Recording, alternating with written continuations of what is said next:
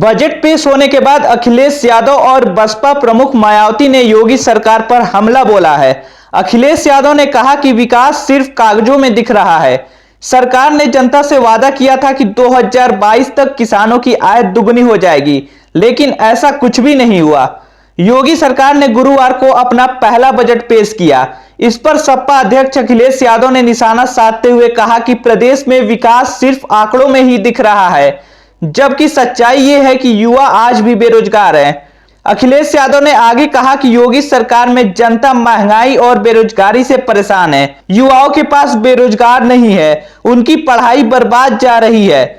तो वही मायावती ने इस बजट को घिसा पीटा कहकर हमला बोला है। मायावती ने अपने ट्वीट में कहा कि यूपी सरकार का बजट प्रथम दृष्टया वही घिसा पीटा हुआ अविश्वसनीय है। यह जनहित एवं जन कल्याण में भी खासकर प्रदेश में छाई हुई गरीबी, बेरोजगारी व गड्ढा युक्त बदहाल स्थिति के मामले में अंधे कुएं जैसा है।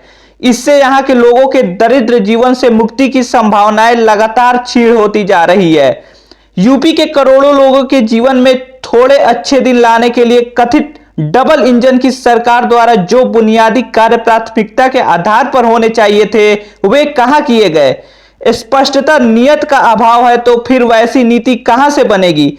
जनता की आंख में धूल झोंकने का खेल कब तक चलेगा। और इस बजट में भी नहीं लगता है कि बच्चों की पढ़ाई बेहतर हो पाएगी।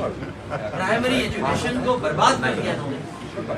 आज जो बच्चे पढ़ने आ रहे हैं वो ज्यादातर बच्चे पिछड़े वर्ग के, गरीब समाज के, सबसे समाज के गरीब बच्चे हैं। उनके पास ड्रेस अभी तक नहीं पहुंच पाई, न बन पाई है। जो खाने की चीजें मिलनी चाहिए थी मिड डे मील में, वो नहीं उपलब्ध हो पा रही है। सरकार फल उपलब्ध नहीं करा पा रही है। समाजवादी सरकार में हफ्ते में एक दिन दूध मिलता था, वो उपलब्ध नहीं करा पा रही है। जो बर्तन देने शुरू हो गए थे वो बर्तन नहीं उपलब्ध करा पा रही है। और इसके साथ साथ पढ़ाई के लिए जो किताबें उपलब्ध होनी थी, वो किताबें भी सरकार नहीं उपलब्ध करा पा रही है। जिस सरकार ने कोर्स बदलने के बाद, एनसीईआरटी की किताब लागू करने के बाद बच्चों तक किताबें नहीं पहुंचा पाई।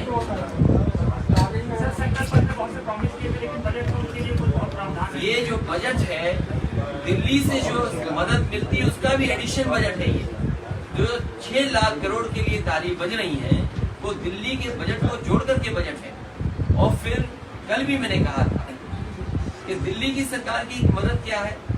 अगर मुंबई से लेकर के दिल्ली तक एक्सप्रेसवे बन रहा है, तो यूपी को क्यों जोड़ा जा रहा है, यूपी को क्यों नहीं जोड़ा जा रहा है। और अभी भी जो पुरानी सरकार के काम थे वही दिखाई दे रहे हैं। सैनिक स्कूल कोई नया नहीं बना। अगर कोई सैनिक स्कूल के लिए बजट दिया गया हो तो बताओ, वही पुरानी सरकार के जो सैनिक स्कूल है वही है। मेडिकल की जो व्यवस्थाएं थी गरीबों के लिए, ये दावा करती है सरकार कि मेडिकल कॉलेज लखनऊ में इतने ओपीडी हैं, इतनी संख्या में पीजीआई में लोग आते हैं, इतनी संख्या में लोग आपके लोहिया इंस्टीट्यूट में इलाज कराने आते हैं। लोग लाखों की संख्या में लखनऊ इसलिए आ रहे हैं क्योंकि जिले स्तर पे जो आपके अस्पताल होने चाहिए वो बर्बाद हो गए।